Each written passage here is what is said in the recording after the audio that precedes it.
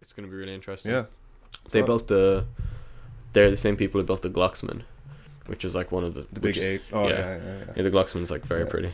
All right, so welcome to one of the very first episodes of Talk to Me, the podcast, with me, your host, Matt Lucas. Do you like the name? I like the name. I didn't even know that was the name. Yeah, that's the name. So I have a very special guest with me today who's very close to me by blood and by proximity.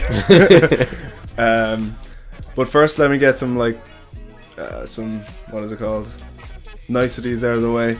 I've got some sponsors I want to thank for helping me out so far. Got Transpire Fitness or Transpire Apparel. I got some of their clothes here. Let me show you. They make if you lift or if you don't lift, they're still very aesthetic. Here's one of the ones. I'm actually wearing a different color. They do ones with small logos, and yeah, they do like all nice clothes and stuff. So Matt 20 gets you 20% off if you want to check out anything on that. Was the if you don't lift kind of if you don't lift across the table? If you don't lift, they'll still look good because they're like stretchy material. Really nice clothes actually. And the two guys over in England who started it are legends. So that's that. More on that later. So welcome to one of the very first podcasts. How does it feel to be? I'm pleasure to be the first one on. Of the very first people. Yeah. It's going to be interesting. See, I don't know how I'm going to like upload the first few. Mm-hmm. Whether I'll do like a few at the start or just like one at a time. But yeah, you're essentially the first person I've tested this equipment on. Yeah. Well, like I think I was saying it to you before when I tried a podcast with my girlfriend previously. Yeah. We recorded a few and then so that we'd have a mass of them that we could upload. Mm-hmm. I think that's probably a smarter way to do it. So that's what I'm thinking, because if you upload one and somebody goes onto it and they don't particularly like that session or that they podcast, can just click onto another one. Yeah, if there is another one there. So if you uploaded one and they didn't like it, you've got one view. Yeah. And they click off. Yeah.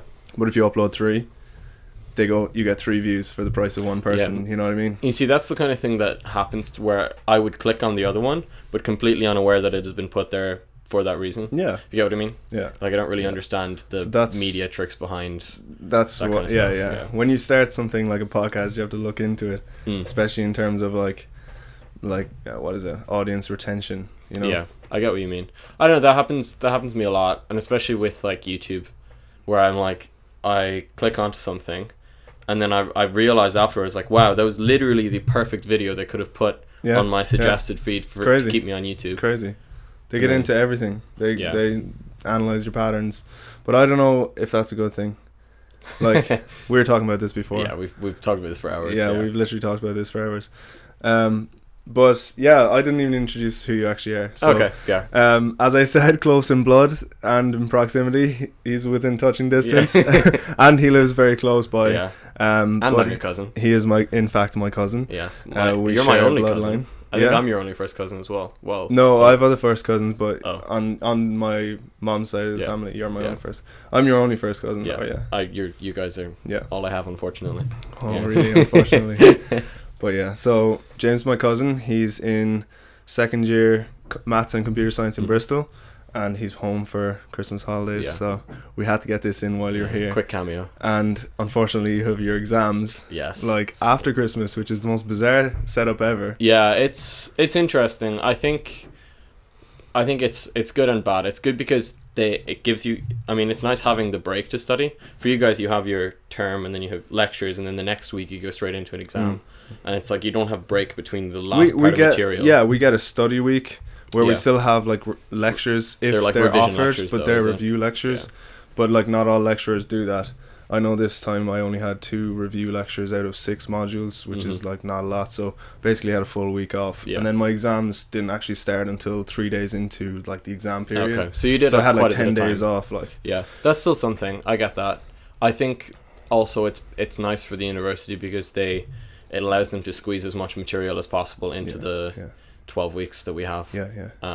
What do you think it takes away from your Christmas holidays? Yeah, definitely. Yeah. I mean, everyone else is. I mean, I've had fun. Yeah. but I just kind of have to I have to refrain a bit from partaking in everything because I have to get up in the morning. Yeah. So what kind of modules did you study today? Today I was doing data structures and algorithms, which sounds... Is that coding? Yeah. No, there's pseudocode in it. So pseudocode is kind of, it's generalized code that's not specific to any language. Okay. But it's just used to represent algorithms because... Okay. So it's not worried about syntax. Yeah, it's just worried about the like idea. Yeah. So there's that, but it's similar to if you had done Python before. It's quite similar to Python. But yeah, it's just studying algorithms. Like, it's quite basic at the moment though. Yeah. It's like, but how would you even study coding? It's just like you get a problem and say, code such and such program. Well, it's not necessarily the code. It's more so the idea behind the solution. So, for example, shortest path, like a shortest path algorithm. They're not really concerned with testing whether you know how to write out the code for a shortest path algorithm. It's whether you understand the ideas behind it and like understanding how to measure its efficiency, because efficiency is a huge part. It's not about like computing. It's all about efficiency. Yeah, really. Basically. So if you're writing an algorithm, it doesn't really matter it doesn't matter if it works, obviously, but if it works and it takes forever. I mean, like in one of my coding modules, we did MATLAB, where we were pricing options using like certain formula, and it all comes down to how efficient your code is, basically how efficient that pricing model will be, how quickly it can be done. Because when it comes to like financial markets, it's done in like microseconds now. Yeah, exactly. And I'm pretty sure because they update so often, don't they? Yeah. Literally, like, if one bank has an algorithm that is like 1 to 2 or 1 to 5 microseconds faster at pricing an option than the next bank, then like they'll have that edge on their competitors. Okay. And like the closer a bank is located to like the central like systems, that's the shorter the cable where like the electrons travel. So that's cool. I hadn't even thought about that. Yeah, that's why all the banks are in the same place, because they're closest to the main line. Wow, I really hadn't thought about that at all. I mean, it's that quick. Like it's how fast things travel in cables. Like you can see like the applications of computer science then in banking, but for me it just doesn't appeal. But you're going a different direction because I'm doing maths and finance, like financial maths. Yeah. Like every part of maths that we learn, we look at how it's applied to financial markets. But when you learn maths, you're looking at like the overall application, I'm sure. Yeah. It's a bit more generalized. Yeah, it's generalized. Yeah. Yeah.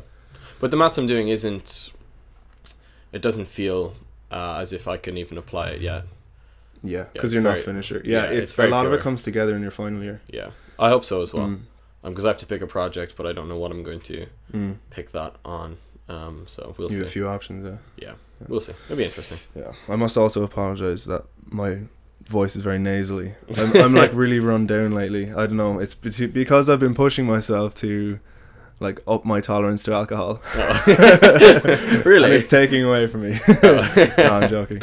But like I just haven't been sleeping properly lately, and it's just I'm run down from it. I noticed once I took a week off the gym, I stopped getting sick.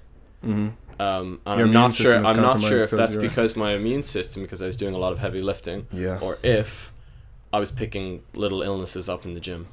Because probably both. Yeah, if you think about it, the gym really is dirty. Yeah, it's filthy. Yeah. And how often do they actually clean the equipment? Like the dumbbells. The dumbbells that are in Dennehy's now. There's not naming any names. Sorry. No, but they're the same dumbbells that were there like when I started like 5 years ago. Yeah, but they're in good condition. They still work fine. They're good dumbbells, but it's just like if you think about whether they've been clean or not. I don't think any gyms clean their equipment very that few. Much. I started going to a new gym lately. I've been there a few times, and it's very clean, but it's also only 3 months old, so we'll see how give it some time. How long that lasts. Yeah. But yeah, gyms are definitely like a hive of bacteria. Yeah. You ever you're But very like, the most disgusting thing that really like pisses me off when I go to the gym, I go to the bathroom. yeah. Some guy will come in, take a piss, and walk out without washing his hands, and I see him in the gym, Yeah, and then you're just like- on the cable machine. You're like, are you serious, yeah, dude? I Like, get that. I don't want to touch that shit now because Yeah, you've been guys, it's on your pissing. mind. It's kind of like out of sight, out of mind. If you hadn't seen him do that, you'd be Oh like, yeah, I'd be like, it doesn't matter, like they're Yeah. clean, like, but no. But then you have to think about it the other way. You know, our immune systems should be able to handle like a certain amount Yeah. of shit, basically. Yeah, I mean, I remember that was And if you're the- too like insulated from everything, and everyone like washes their hands and everything was perfectly clean. I remember that was the argument against those house cleaners, where it was like kills 99.9% of bacteria, blah blah blah, and then people were saying, well, no, I mean that's really not good if you've got a baby in your house and it's growing up. It's not great to have it exposed to absolutely no germs, no bacteria. Well, not no germs. It's going to be exposed to some naturally. Yeah. But you shouldn't be trying to maximize the amount of stuff it's being exposed to, but you shouldn't be protecting it too much because it needs to develop an immune You system. don't want to live in like an Intel Core processing unit. Like. So yeah, that's interesting. Yeah, it's also an argument against like antibiotics and things. Should you take them or should you? Yeah, I mean, You know? well, I don't know enough about it. Yeah, but I wouldn't be able to comment on it. I've like watched enough. I've watched from both sides. With people saying like, I think there is a reason. From what I can gather, there is a reason to be genuinely fearful of a superbug, like a antibiotic resistant bug that is resistant to all of our antibiotics so far. That could do some serious damage. I know there's reason to be scared of it, but it's I mean, it's kind of difficult to. It's so easy to just give people antibiotics. You know what I mean? I think people are way too like trigger happy with antibiotics. Yeah. Oh yeah. And I try my best not to take them if I get sick. Yeah. And some people even take antibiotics that they've had in the house for something else, and they're just like, and they don't even have something that's like a bacterial, like it's not a bacterial infection. They're just like, oh yeah, antibiotics. And you're like, no, it's not how it works. Yeah. I think the controversy is more surrounding vaccines. Yeah. You know, flu vaccines. Should Yeah. you vaccinate against flu? I don't. I don't know. Like, if I had kids, to be honest, I probably would. Yeah, you're very much so like. But if you think about it, 100 years ago, they didn't have all these vaccines, and they didn't live as long. So, like, Yeah. you know, Yeah. you want to live. Like, we've come so far as a species. Like, Yeah. we're protecting ourselves preemptively. And I mean, soon enough, hopefully soon. Well, maybe hopefully soon enough, you just get your genes tweaked, and then hey, no more flu for you. Yeah, that'd be sick. Yeah, just get rid of all diseases like that. Yeah, jeez. I mean, that'd be easier than having to. I would do that on behalf of my unborn baby. I Yeah. would sign them up to that. Yeah, yeah. I mean, some people. I don't see any. I can't find any logical argument against genetically gene engineering manipulation. yourself if it's for diseases. Like, I just. Yeah. Uh, What about Are you competitive trying edge, to though? prolong suffering or what? What did you say? What about competitive edge? Would you be okay with I think it's gonna genetically happen. modifying humans before birth? I mean, to be honest, if other people were doing it to their kids, but then that's my kid's choice. It's not my choice to do that. But maybe my kid would have if you could. You don't know, like, they can't sign a waiver. Yeah. They're unborn. If depends. I mean, this is under the assumption that we are like we can't modify it after birth, which I assume we can't. I don't know enough That's some about Nazi shit. Like, Yeah. I don't know. I don't know. But yeah, I think competitive edge. I don't know. I'd say it's definitely coming Oh, as it's probably already happened somewhere. in Russia somewhere, Yeah, probably. or China. But like, as soon as it becomes a thing to prevent diseases, I feel like people will be going Yeah. to like private doctors and being like, "Oh, make my baby the strongest person alive," like, you know. Yeah, yeah, and as well in Freaks, nations like. where they're particularly competitive, like sports wise. Yeah. Um, But it'll also like sports if insane. you could guarantee that your unborn baby would be basically a living avatar like Michael Jordan, and it would like almost secure them a future in sporting. Yeah. They could be multi-millionaire because or, he did that. or not even in sporting. I mean, Could you genetically modify brains before they're born? Because brain is something that comes from that's environment. a And really interesting thing. I don't know. If you can understand the genetics behind inherited intelligence and then attempt to maximize that, I think that would happen. I think it's interesting. There's so much we don't know about the human brain yet. Yeah, though. that's the thing. But that's the big if. If we we're able to understand the genetics behind inheritance enough, intelligence inheritance. I don't even understand how like people can interpret things in different parts of the brain, like surgeons and like doctors. Like it's all just a grey mush. Like surgeon, scalpel, nanosurgeon, nanoscalpel. But like, how do they know this part? Obviously, different parts of the brain light up under scans when you stimulate it a certain way. Yeah. But like brain surgery, like how do you know? Like, okay, this little square centimeter is the part that I need to take out, or the part that I need to zap. You have to have a certain kind of like nerve, or I don't know, just capacity for stress.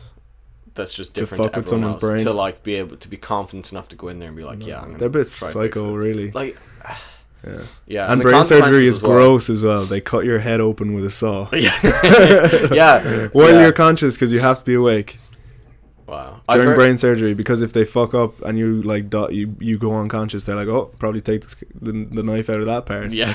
You know that. No, you have to be awake. Yeah, it's fucked. That's scary. Yeah. There's a lot of medicine that from the outside you wouldn't understand. It's actually, some of it's quite crude, like in a way, like hip replacements.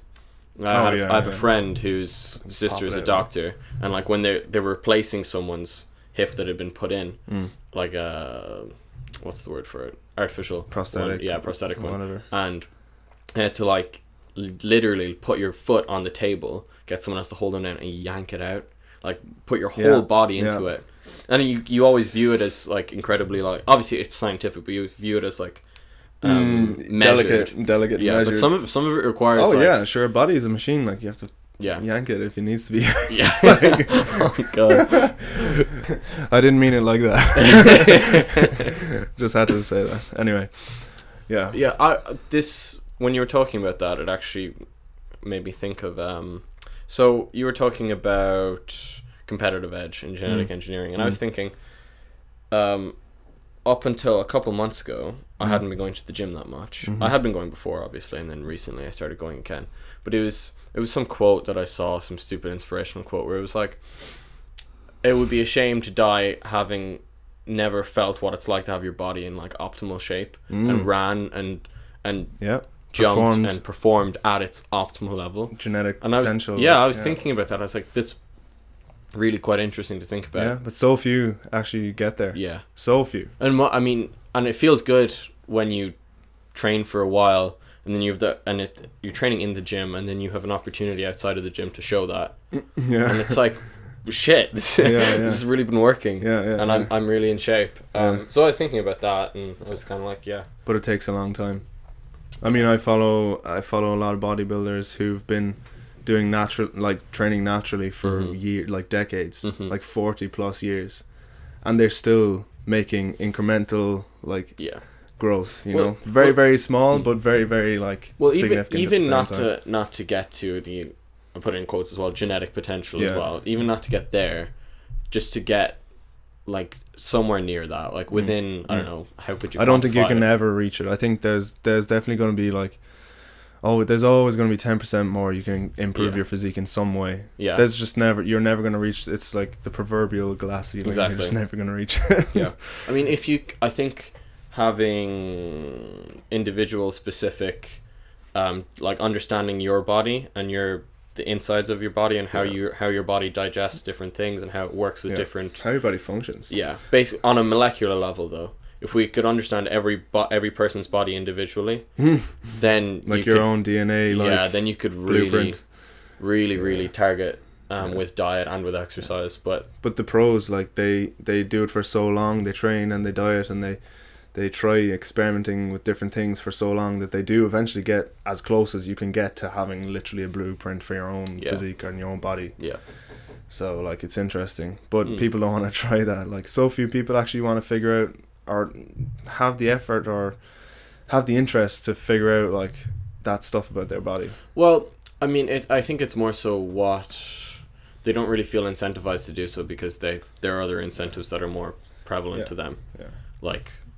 I guess for some people would say, okay, I'm focused on this, I'm focused on something else.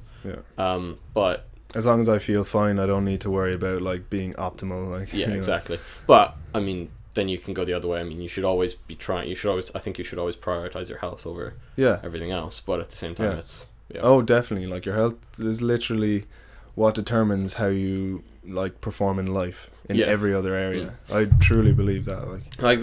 I'm not sure.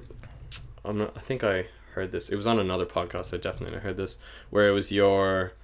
You're talking about your gut microbiome, is it? No. Your leg strength when you're older is a huge determining factor of how long you're going to live once you get past the age of 70 or whatever. Wow. Because it's actually quite interesting. It's when quite a lot of people get injuries from falling when they're older, and if you stumble and you have the reaction time and the leg strength to get your foot out in front of you and stop that, that's actually huge. And leg strength is also huge in that you're able to just move around more when you're older, and not even your body fat percentage, not even anything else, just your actual leg strength and your ability to walk around more. Has a huge impact on your overall health. And like I mean, makes obviously sense. that propagates forward then from that, because you can walk around more healthier all over. Yeah, it makes sense. That's interesting. So I guess the leg is your biggest muscle, isn't it? I think so. I think your glute is, or is your quad? I think surface area, it's definitely your... I think it's your quad, yeah. But I wonder if, like, pure mass-wise... I think your lat actually probably one of the biggest, because that goes right from your like, the lower neck down to your, like... Or if you're a 13-year-old who just started going to the gym, your biceps. The biggest muscle you have. Oh, man. New year, new me, get some bicep curls in. Is your brain a muscle? I feel like that's a stupid question. I mean, it's not a muscle in terms of like physiologically, but I feel like tissue wise, I don't know. It's not a muscle. I wouldn't say it's an organ. Yeah, but muscles are muscle. No. I can't remember the strict definitions for this stuff. No, an organ is different from a muscle, but well, I had something in my head, tip of my tongue there. Microbiome. No, like about the brain being a muscle. Yeah, it can be trained like a muscle. I truly believe that if you the way you approach like training your mind, if you approach it the same way, like applying resistance over time, leaving it time to recover, it's the same thing as doing like academia, you know. Yeah, I get that. If you train your brain for like 6 months doing some sort of stimulus like studying, and then you give it a break for a while. Yeah. When you go back, it's stronger. Yeah, I think same way a muscle works. I think in how you could distinguish it too then would be that the reward is far greater when you're younger for training your brain as a kid. Oh yeah. Yeah. Because you're just more. Yeah, you're just a sponge. Yeah, exactly. Yeah. Whereas for your other muscles, actually. Yeah, I wonder. Going back, you know what the strongest muscle in your body is? Going way back to when we were talking about genetic potential. Yeah. If someone, like, how could you train? This sounds quite odd, but how could you train a kid from like the youngest age? Could you train them all the way up to just from the age of 1? Like? Yeah. I wonder. Has it been done where like serious effort has been put in, because it seems like not really a nice life to live. Oh, it's definitely been done. I definitely believe it's been done. Yeah, some crazy athlete dad has pushed their kid from the age of 1, 100%. Yeah, just think of how many people in the world. Yeah. And like how many people are crazy. Yeah, you know. I definitely think that's been done. I always saw that picture of a kid on Instagram who's like, I don't know, Russian or something. He's doing gymnastics and he's got this shredded six pack and like muscles. I saw that. And he's like 5. Yeah, but he's really small, isn't he? Well, I don't know. I don't actually understand the science behind stunting your growth, because I often thought that I did because I was short, but I think I'm just short anyway. No. I don't think anything from lifting stopped you from growing, or anybody. But that being said, I think where the myth comes from, and maybe it's not so much a myth, but from what I understand is compressing the spine with overhead weight. That's what I was just going to say. Is what actually prevents your fully elongation of your spine. So when your mom says to you when you're 16, don't go to the gym, you'll stunt your growth. How can a bicep curl stunt your growth? It's not going to do it. Your body will compensate for any stress that's been put onto it by like recovering, by eating more, by just muscles protein synthesis, but compressing your bones is different. Yeah. So what I would say is, until you are strong enough to handle load properly with good form, maybe when you're 16 plus, then you can do your squatting and your OHP, yeah, and your deadlifts or whatever.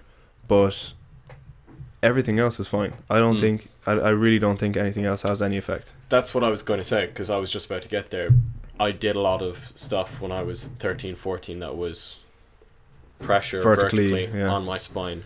Yeah. But then I'm just speculating that that's what causes it, and other people have speculated that as well. But I don't know conclusively if that actually causes like stunting of growth, because your spine stretches out at night. Yeah. You know, you wake up half an inch taller every day. Yeah. Then you go to bed at night. Yeah, that's interesting. I don't know. Maybe something to do with the liquid in your spine, or the discs or something, compressing your discs, and maybe that prevents you from fully elongating. Yeah. I don't know. I think for me it's just I like to give myself an excuse as well. Like, I did loads of OHP when I was 13. I swear to God, man. I'm so small just because I was such a beast when I was 13. I squatted 180 at the age of 13. Yeah. That's why I'm short.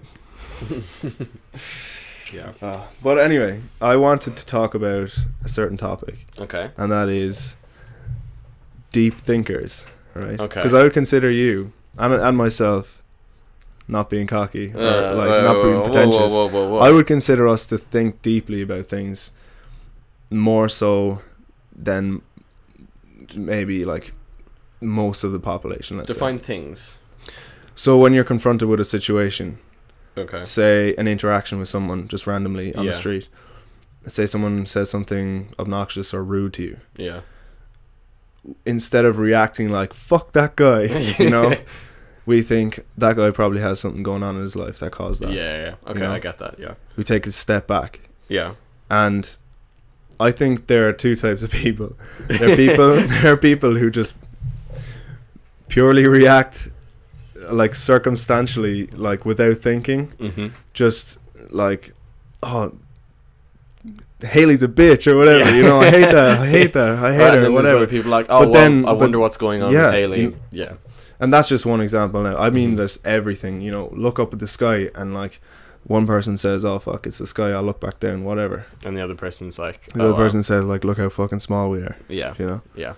Deep thinking versus just not shallow thinking. I don't want to sound shallow, sounds like a derogatory term, but I think just like not surface level thinking, you know, you're just reacting impulsively on your instinct, and that's all you think about. And people go through their lives like that. I truly believe that people don't think deeply about things. A lot of people don't anyway. I really think it's about giving, I think a lot of it comes from giving like a kid a sense of perspective when they're younger, and like fostering that kind of a way of thinking from a very young age. And just encouraging them to be a bit more. I think it's observant, probably, and curious as well. And curious, So that's interesting. Yeah, because there's the perspective where like ignorance is bliss, you know. I don't want to think about it too much. No, but it is.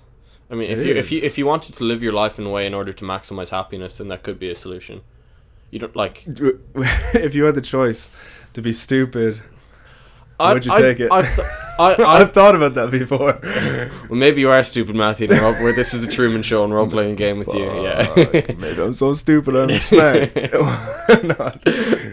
But like, that's the question. If you had the choice to be completely ignorant of like the world around you and like deeper thought and like worrying about things and being anxious, would you take it and just be happy being stupid? It's a really hard question. I can't answer it. I think maybe. I would say no. I would much rather be able to think deeply about things and have like a broader perspective on every situation and grasp concepts and just like be knowledgeable of the fact that I'm really not that smart and that like I'm really insignificant. Than thinking I'm fucking the center of the universe and everything revolves around me. And like, and there's nothing how else. I react is all that matters, and what I do is all that matters, and it doesn't affect other people because I'm the only person, you know. It's humbling to be It's a very little much bit so. deeper thinker. Yeah, very much so. And Yeah. in that regard, I'm looking at the window now. You can see the clouds there. Yeah, the clouds were never there, ever, and the sky was never blue, and the sun didn't hit the atmosphere in such a way that it would amplify the blue wave, the longer wavelengths, or shorter wavelengths. I can't remember which one. Dropping knowledge. Yeah, all that stuff, and you could just see the stars and the night sky the whole time. Yeah. Then I think a lot of people's attitudes would be very, very different. Why so? Because I think you'd be forced to confront the reality of how small you are all the time. Yeah. Perhaps. But we'd also all be really pale. Yeah. Yeah, and we'd also need a lot more vitamin D. Yeah. Well, maybe, yeah. More than we already need. Yeah. And there'd be, if there's no atmosphere, then we're all just going to get fried by the sun. So that's also a, yeah. But, I mean, yeah, back it's in the an day, interesting they thought. used to say that, It's nighttime all the time. yeah, no, that the stars in the sky there were little bits where light would come through, and sometimes they'd fall down from the sky. I heard that. Yeah, Yeah. yeah. And it's like, I mean, it's Like pinholes in and it's a like blanket. I mean, I think it's much Cool it's thought. much healthier to believe to know that they're big balls of hydrogen fusing into helium or whatever they are, and in the then middle of nowhere. in the middle, and it's like I think it's a healthy way to look at things rather than viewing it as like, oh, they're just little pinholes in the top of the thing that fall yeah, down. it's insignificant. It doesn't matter, you know. Yeah. It just makes you seem more powerful in your own existence. Yeah, It's like that's everything nice. else is And not you significant. can choose to interpret that two ways as well. You can be like, okay, I'm insignificant, my life has no purpose, blah, blah, blah. Or else you can say, okay, well, my life has whatever purpose I decide to give Exactly. it, and then you go I think forward with that's that. the way I would Yeah. like to look at it. Yeah. Anyway, I interesting. think we should take a break. Yeah. Mhm. I'm gonna get some water because my Potty lips break. are chapped Yeah. from all this drinking. I want to thank my sponsors, Bulk Powders, for always supporting me for the last 2, maybe 3 years at this point. Happy to be part of the team, and if you don't know what they are, what they do, they're a supplement company, and they've been feeding my gains for the last 2 years. I have a little branded shaker here. It's actually a really good shaker. It's got 2 different compartments you can put pre-workout and then water in the other one or whatever. They do treats and stuff like that, like chocolate protein bites. Very nice. Dangerously nice. Protein, they do all different flavors, hella flavors. It's really affordable. I'm sure this bag of protein was $26.99 or something. And if you want a discount, go to bulkpowders.ie and use my code MAT25 for 25% off. 25, that's a lot. And then I want to thank another sponsor, Swole Panda, who approached me just a few months ago, I think 4 months ago, and they're a really interesting company. They make products made out of bamboo. Okay. And they've got kind of a charitable angle to their product. They contribute to giant panda preservation. Ooh. So that's pretty cool because they're endangered. Mm-hmm. So every product you buy from them, a certain amount of the proceeds go to preservation of the giant panda. So here, there's some examples of what they do. They do socks. I've got loads of different colors of these socks. They're so soft. They're kind of like dress socks for wearing with suits or even just on a night out with some fancy dancing shoes. But they're made out of bamboo. They're super soft. Feel free to open those. And they also do scarves, which I always wear. They're actually really, really soft because I was surprised you can make things out of bamboo like this. I had it's no actually idea. really versatile. I I had have no idea. Yeah. But scarves are super, super soft and super stylish. Very thin and long. I can show you how long this actually is. So yeah, you can wrap it around your neck loads of times. I feel like I'm on the Late Late Toy Show and I'm trying out a toy. But yeah. I always wanted to be on that. You want to? Yeah. But yeah, they do different color scarves. They also do polo shirts and sunglasses. They have semi-sunglasses which are really nice. They're like Ray-Ban style, made out of bamboo wood with nice designs and stuff on them. So I have a discount code, MattLucas10. Shouts out to Swole Panda. Nice. And thank you for preserving giant pandas. I love pandas, so they're really adorable actually. yeah, it's really nice idea. And It's nice when you can buy something and feel good when you do it as well, though. Yeah. 'Cause I mean, most of the time the stuff isn't even that it's like not that expensive to be. It's like a luxury item because it's made out of bamboo. Mhm. You know, it's a speciality kind of. Yeah. It's cool. Anyway, thanks to Swole Panda, thanks to Bulk Powders, and once again to Transpire. So I'll leave those like discount codes in the description. You can check them out. We will get back to it. Yes. Hibbity hop. Back to it. So, This is not a paid endorsement. These are not my sponsors. yeah, I said I wanted to talk about primary school education. School. Yeah, because But you're afraid you might offend. yeah, because people. no, because I was thinking about it. For me, I had always looked at two routes for myself professionally. Okay. It was either going to be research, and like scientific research, or else it was going to be education, but focused on early education and primary education. Okay. Because I would really like to have an impact. I feel like on you those had people's most lives. impact on children rather than like teenagers. Yeah, exactly. I feel like I wouldn't get the same reward or connection with someone Job who I'm lecturing in satisfaction. college. Yeah, I get you. Yeah. when you've got 200 people in a classroom, and it's like you can definitely influence like younger children. Yeah. In teaching far more. It's very not. That's important. not to say you can't have an impact. Like you definitely can have an impact in secondary. Oh, yeah, and 100%. third level education, but it's, especially if someone hasn't like found a strong direction to go yet. Mhm. If a teacher is really good in secondary level, Yeah. that can really help.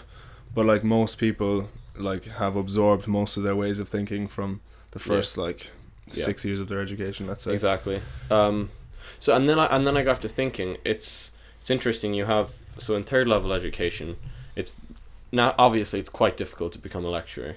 Most universities now you need a PhD, you need a doctorate. So you've kind of proven yourself to be capable, and you know enough in your subject to be teaching in it. Yeah. But I feel as though it's funny because we don't really have that for primary school education. Like, I knew where you're going with this. you don't have that. You do a course in primary teaching. Mm-hmm. I believe it's in Limerick. A lot of people from my year in school went to do that. And a lot of them would be good teachers. But I feel like it's a little bit too easy. Well, but like you do a master's in education now. That's now a requirement. Oh, is it? Yeah, that's new. But okay, well, yeah. That's only recent, I think. Okay. So you still have a lot of primary school teachers who are teaching who haven't done that. I kind of want to like go back on what I said about like being too easy. I wouldn't say educationally doing a course in primary teaching would be too easy. I just think there should be more steps to like trusting someone to really like give your child a good chance, you know? Yeah, no, like I get where you're going. Children like need to be carefully like educated, you know? It's a huge part of like how people turn out as adults. So I think like doing a course the same way I would do a course and go become a banker or whatever, I think there needs to be more than that. And there is a HDIP, but that's just experience in a school or experience like in doing the actual like applying the job, what you've learned. I think there needs to be more of a selection process or something. Similar to how in medicine you have obviously with medicine your job carries a lot of weight because there's a lot of responsibility on your shoulders. I don't feel like we've really emphasized the responsibility that's on the shoulder of a primary school teacher. If you get what I mean. They do get paid well though. No, they get good holidays, you know, it's a very attractive job. Yeah. But for medicine, for example, it's like here it's 5 years, is it, or 6 years?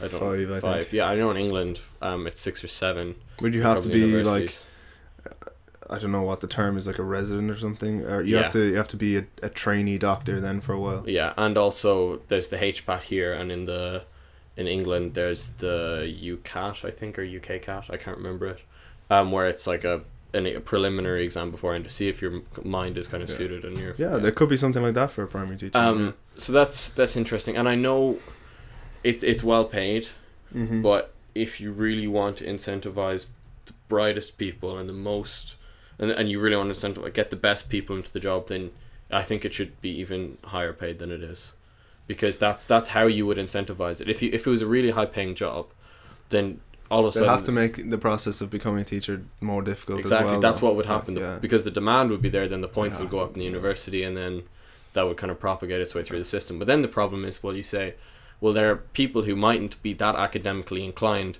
who would still be really, really good educators. So similar. Yeah. It's a hard one. So I don't really know how It's a tough one. Yeah. But I definitely agree that there's not enough emphasis on the like how big of a responsibility it is to be a primary school teacher. In other countries, I'm pretty sure the emphasis is a lot greater. Especially in Scandinavia, where it's like they're like the most important professionals out there, basically. Yeah, and here it had, well, not so much anymore, but in the past, and a bit now, it was like, okay, oh, your son's a doctor, oh, your daughter's a lawyer. Professions were, and still kind of are. Yeah. In the older generations, they still value like professional like titles more than someone coming out of a course like ours, say. Yeah, and in some countries you have that same status with teaching, whereas you don't really have it here as much. And if you had that, then I think that would put more emphasis on the importance of the job. So yeah, that's interesting. And also, going back to what I was saying about being academically gifted versus necessarily being a very good teacher. Obviously there is going to be some correlation there in terms of your social and emotional intelligence. But there's still a discrepancy between, because there's still like going to be people who are very academic who just can't communicate information to children. Like. Yeah, and as well, I think I was going to digress and go into the point that I think there's no one better suited to teach maths to a kid who's 4 years old than someone who really fundamentally understands it, who studied it at university. If you get what I mean? Yeah. Who really understands the concepts the behind intuition, it. But at the same time, how much training would you have to do as a primary school teacher if you're teaching in 7 or 8 subjects and you have to be expected to know like them at a university level? But then like it's a nice idea, but it's not going to happen. Like. Yeah, it's not going to happen. And so then you would say, okay, well, how about we have them in different classes for maths, for this. Yeah. But that's not really beneficial for kids. It's really good for young kids to have one idol teacher role model. Yeah, exactly. And having them shifting between isn't good for them. So it's an interesting thought. Anyway, so primary school teaching sounds tempting to me. Maybe not in Ireland because it's better paid in other countries though. So go to Scandinavia. With your degree. Go to Finland. Yeah. I'd have to do a separate degree afterward though in teaching or whatever, and then it's quite difficult to get into it. So I heard this hilarious thing about Iceland. Because there's so few males there, like professional adult males working there. Apparently they all leave or something. There's this government incentive to get males from outside of Iceland to move there. Okay. You get paid to not work and to marry an Icelandic woman. What? I'm not even joking. No, seriously. No, I swear to God, there was like an ad. I didn't see this in some weird place. I saw it like, I heard this from a fairly reputable. It's like from somebody I would like trust to tell me some like truthful information. But then again, it could be complete hokum. Like, but it sounds funny because they're all gonna be like stunning blondes from Iceland, and you get paid €1,000 to go to Iceland, not work, and marry an Icelandic woman because there's a shortage of males. That's really interesting. This is happening a lot actually, and it's happening in countries where for the last 10 or 15 years the university population has been female dominated. We're getting professional females, they're graduating, and generally they tend to look laterally or upward in terms of for their partners in terms of profession or status. Makes sense, so it's like they're coming out of university, but there's not enough men who have graduated who have a good enough qualified men men to satisfy the demand for qualified men, because there's so many women graduating and so many men. So it's interesting. It's happening quite a lot, and you get a lot of dissatisfied women who are stuck with men who are lesser qualified educationally. But then I saw someone made this point. It's like, oh no, all these dissatisfied women. I was like, okay, surely the article should be about the fact that there's like a discrepancy of men being educated into the rather than oh no, there's not enough smart men for the women. It's like, well no, you should just be saying like there's not enough. It's I feel like the focus is on the wrong part there. Because that's weird, interesting. It's a cool dynamic. Yeah, it's a product of basically just the universities becoming more and more female dominated, which I'm not sure why that's happened. I don't actually understand why it has happened. Because third level education is just more accessible to everybody now, and I think that a lot of women didn't go into it in the last like 100 years or 50 years. Let's just say. But why would that account? I don't understand why it would be like 60-40 in some places, like women to men. It could be the fact that some women feel as though they kind of have to go into now because there's like a pressure of like, if you decide to live like go down the traditional route of like the traditional route of like housewife for a woman, it's like a lot of women look down at you like for shame, like you're like furthering the stereotype or the tradition. It's like you feel pushed to go into university. But I think it's interesting. I think going to college now is very fashionable almost. It's like something that you can like say, I'm in third level education, I do such and such course, as if you're looking down on people who don't. And I don't believe that's right, because at this point in time there's never been so many people, especially in Ireland, in third level education. I think now more than ever there's the most amount of people are studying some sort of course, and also the most amount of people are coming out of third level courses and not being able to get jobs. So because it's just discrediting the whole system, basically. So basically, when there was like trouble getting jobs 30 years ago, people started going to college to get further qualification, so that one, they didn't have to get a job for another 3 or 4 years because they couldn't find one. So let's wait it out. Let's get a degree, and maybe I'll get an even better job when I get out. But what's happening now is that same mentality has been carried through the generations, and now it's become almost fashionable to go to college when there's no need for that many people to go to college.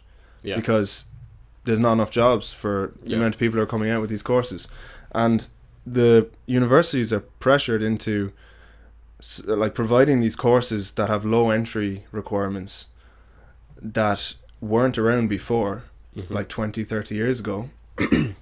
Like all these arts courses with like where you're combining some language with some business, and they're just creating all these courses with low entry requirements to come in because everybody wants to go to college, and not everyone will get jobs out of it. And there's money coming into the university. Exactly. Because if there's demand and they can satisfy that demand, okay, well, I think it's completely wrong. College is not for everyone. I don't think university is for everyone, and I don't say that in a way that like the people who shouldn't be who shouldn't be going to university are like lesser people. I just think that they're skilled in other areas, like trades, doing some sort of work with your hands. Like a lot of people who are in courses that have lower entry requirements and they're not doing well, and they're coming out with like a 2-2 degree in some course that wasn't even around 30 years ago, and they don't get a job. Their time would have been much better instead spent they went back and became like really handy at woodwork and became a carpenter, they could have their own business in 4 years. In those 4 years where they're making like serious dough, people don't think there's stigma around it because you didn't go to college. But being a tradesperson and like running your own, like being your own boss basically, and just being a contractor doing jobs for people, you can make a lot of money doing that, and people don't realize it if you do it right. If you have enough like smarts about you, you can do that right. Hire 1 or 2 handymen to come with you, do kitchens for 20 years, and you're like driving a Mercedes. It's interesting because you were saying that, okay, well, there's people are like, okay, if I go and get a degree, then I'm going to get a better job afterward, more likely to get a job. Okay, now pretty much everyone's getting a degree, so the market's saturated. Okay, so now you have to distinguish yourself from all these other people because there's like 8 commerce degrees in UCC, the university near us. It's like commerce and French, commerce. I hate to name names on courses, but there's a lot of courses around that just weren't there before. And it's like, okay, so now you've got so many people coming out of those courses. The market's saturated, and you have to distinguish yourself. So how do you do that? I need a master's degree. It's the exact same thing that had just happened before. People are like, I need to go to college, but you're just pushing it further down the line. When like 90% of people, and I'd more money. Yeah, exactly. That's it. 90% of people, I would say, maybe not 90, but there's 18,000 students in college in UCC at the moment, and I would say more than half of them shouldn't be there. Not in the sense that they're not smart enough to be there. But they're being played for their money by the universities, and they're being played by society into thinking they need a degree. When they could be out there doing something that's way more suited to them, that they're not getting played by anyone, and they're making money, and they're good at it, and they enjoy it. Yeah. I just think there's a problem with like the stigma around not going to college. Yeah, I mean, and we don't really have much longer to fix that because automation's just around the corner, and then no one's gonna have jobs. So, so yeah. Then we'll all just be couch potatoes. Yes. We'll smoke weed and play video games all day long is what's gonna happen. Yeah. Maybe, or else we'll make beautiful art. One of the two. One of the two. Or maybe both. Maybe both at the same time. Yeah. Beautiful video game art. But yeah, it's interesting. Yeah, that's happening a lot, and it's. I think it also puts a lot of pressure on people in school, where it's like unnecessary pressure because they feel as though they need to get into university, and it's good. It's like people aren't even considering other options anymore. And no, but it really is like that though. Like if so, I think almost everyone in my group went to university, or a college, or some sort of an academic route, and then it's almost as though if someone were to say, oh, he's doing an apprenticeship to become a carpenter or an electrician, or he's doing something else, or he's starting his own business, or he's doing, people are just like, they're so taken aback by it. They're like, oh, like, well, it should be the complete opposite of that. It should be like, oh, cool, yeah, he's doing something he probably will do well in. Yeah, but people are they're taken aback, and obviously then they catch themselves and they go, oh, that's really, really good. And you're like, yeah, they catch themselves. Yeah. Like, oh, I'm not prejudiced at all. Yeah, but I will say that the type of person that does end up in university, likes being. If you're in a university, you're surrounded by like-minded people, so you might prefer other people that are doing the same something that's similar to you. So I can kind of see where the prejudice might come from in a way, but it's not in any way justified, because you should just have more people in. I think it's just the way society has gone in Ireland anyway. Yeah, no, it's the same in England. Yeah, from what I can gather. Yeah, just lots and lots of pressure on people in school. And it all came from the recession back in like the 90s or whatever. It all came from just lack of jobs. Yeah, people needed to go somewhere. Yeah, and then, university came. And that mindset just stuck. University. I know. I mean, my dad went to Mayfield Elementary or whatever it was called, and there was like 3 or 4 people in his year went to university at that time. Everyone else did other stuff, and that's. I mean that now I would say 90% of people. 80-90%. Yeah. Well, not necessarily university, but university or college. And it's the same route. You're getting a degree. You're coming out with a level 7, level 8. Doesn't matter. It's the same pathway. Yeah, it's interesting. It's weird. Yeah, the life of a lecturer isn't really something which entices me too much, because I really like the idea of doing scientific research, but if that has to be accompanied with lecturing, then no, man. I'd rather do it for some sort of a... These goddamn students won't listen to me. Yeah, do it for a company. Yeah. Because as I said, you just don't get the same personal interaction with with university students. I don't think... I mean, have you had any interactions with your lecturer which have been... Not anything noteworthy. Yeah. You just go to the lectures. Yeah. And do you have a personal tutor? Or... We were given a personal tutor, but like... Never meet them really? No. Yeah. We met ours a couple of times at the start of the year when they're like they're on top of it, and then like by personal tutor now we just have like someone to go to if we have a problem with the course, like. Okay. And each of us get like a certain lecturer in the School of Maths, but like it's not necessary. We never called on it, like. Yeah, we don't have people who teach us outside of the lecturers, like. We had meetings with a personal tutor who they're given like 5 or 6 students, and they're meant to be like there for their mental well-being. Yeah. So we had a couple of meetings with him, and then it just kind of dropped off. But recently it's gone up again in Bristol because, well, not gone up, but there's a bit more emphasis on mental health thing in Bristol because there was a lot of suicides last year in Bristol. So the university got a lot of stick for it because there was like I think there was like 3 or 4 in first year in 1 year, and then wow. And it's not that much, I mean it's not that big of 26,000 people I think in the university if you include all the PhD. I could be pulling that figure out of my ass. I have no idea where that's coming from. Right, I think it's above 20,000. Yeah. But But yeah, it's like they just got a lot of stick from the newspapers because they had 1 or 2 councillors for the entire university. It's just like, okay, but they've dealt with that now. Yeah. I'm not sure what that's like in UCC. We've had a few incidents like that. Do you have? But do you feel like, so they have like the councillors and whatnot, but it's just kind of There is an awareness around, like, especially with the students' union, about, you know, yeah, mental health and all this, which is good. Like, it's a problem with men in Ireland recently though. Men, like young men men are everywhere. Yeah, Especially in Japan. Yeah. Seriously, like, apparently suicide rates amongst young men in Japan are, like, ridiculously high. Yeah, but their education system is like very cutthroat. Yeah. I don't know. I wouldn't know much about Japanese culture now, but no, they work really in secondary level education. They work ridiculously hard. Like, yeah, and apparently it's a very, like, isolating society, because as in, like, there's just so many people, and everyone lives in, like, these city blocks, and there's so many problems with men not being able to find, like, partners, like girlfriends or wives or anything. Yeah. And that definitely adds to this depression, like, they must have. Yeah. I mean, there's also, I think, living in a city, say, let's pick a city like Tokyo. Yeah, living in Tokyo.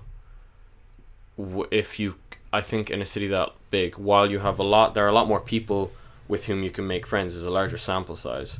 It's also a lot easier to feel isolated there. Yeah. And so apparently, if you don't have, like, as humans, if we don't see greenery, like nature, near us, we, like, become more and more depressed. Like, there was this, I don't know if it was a study or some, like, I think it was a study that showed that if your office block has greenery outside the window, like, even just a small patch of, like, garden on, like, some terrace, like, across the road, those workers have like a better outlook on their work life than people who just have like a glass wall on the other side. No, I can see that. I mean, it makes sense. And if you look at somewhere like Singapore now, where recently they've been putting a lot of effort into making the city green, because Singapore is just like, it's all city, but they've been making a very, very, like, good effort to, like, when they're building new buildings now, they have, like, rooftop gardens on everything, and they've little gardens here, and they'll have a skyscraper, and then every 5 or 6 floors in the skyscraper they'll just have, like, an indoor garden. Yeah, that's really good. Yeah, just trying to make the city more and more green. Yeah, it's a good idea. Yeah, but because imagine somewhere like Tokyo, it's like 38 million. You just want to get out, but you can't, right? Yeah, you can't. How imagine trying to leave Tokyo on a Friday afternoon. Like, it'd be so difficult. Imagine trying to get on a train in Tokyo on Friday afternoon. Yeah. You see those videos of people, like, squishing onto buses, and they have, like, poles that they stick, like, push people into the subways. Yeah. Wow. And, like, there's a really bad problem, like, with like, what is it? Sexual assault. With, like, men groping women on trains, because it's just so, like, compact. Everybody's so close to each other. Yeah, so you can get away with it. But then there's also, I remember seeing that there's a lot of men in the carriages now. They walk in and they just stand there with their hands up the whole time. Yeah, it makes sense. I would do that to protect myself from, like, any problems. Yeah, like, and then there's also the whole idea of just split the carriages between the two, which is like, segregation just doesn't seem like the right way forward. It's not progressive at all. Yeah. You're going backwards, if anything. Yeah. So, and going back to the sheer scale, I think living where we've lived, I've been to London, but I don't really think I got a scale for London. London is huge. But it's not so even widespread. Yeah, but even, like, just thinking about a city with 38 million people, and thinking about a city where you can be on a train for an hour and the train's going fast and you're still in that city. That's insane. Yeah. It's completely Our country has, like, what, 7 million in the whole country? Yeah, less. No, if you include Northern Ireland, I'm not sure what. Yeah, imagine 38 million people in like, one small radius. Unbelievable. Crazy. Well, I want to experience it for a year or two at least. Yeah.